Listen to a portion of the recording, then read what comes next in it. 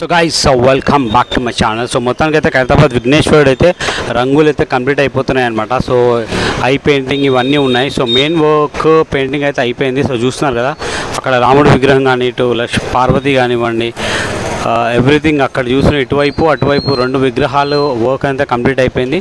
మనం ఇటు చూసుకుంటే విఘ్నేశ్వరుడు ఆల్మోస్ట్ మొత్తం కంప్లీట్ అయిపోయింది. ఇంకా మనకు ఎక్కువ డేస్ లేదు, 6 డేసే ఉంది వినాయక చవితి.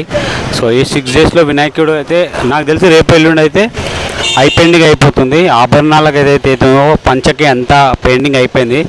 ఇదంతా అయిపోయిన తర్వాత తొందరగానే భక్తులకు దర్శనం ఇవ్వబోతున్నారు ఖైరతాబాద్ విఘ్నేశ్వరుడు. అంటే రాష్ట్రాల నుంచే కాకుండా ఇండియా వైజ్గా ఎక్కడెక్కడి నుంచో వస్తారు దర్శనం చేసుకోవడానికి. సో డెఫినెట్గా ఈ ఇయర్ మాత్రం 70 అడుగుల భారీ విఘ్నేశ్వరుడు ఒక 6 డేస్లో పూర్తి స్థాయిలో అయితే రెడీ అయిపోతుంది అనమాట. సో ఇది update from Khairatabad. So next video కోసం వెయిట్ చేస్తుండండి.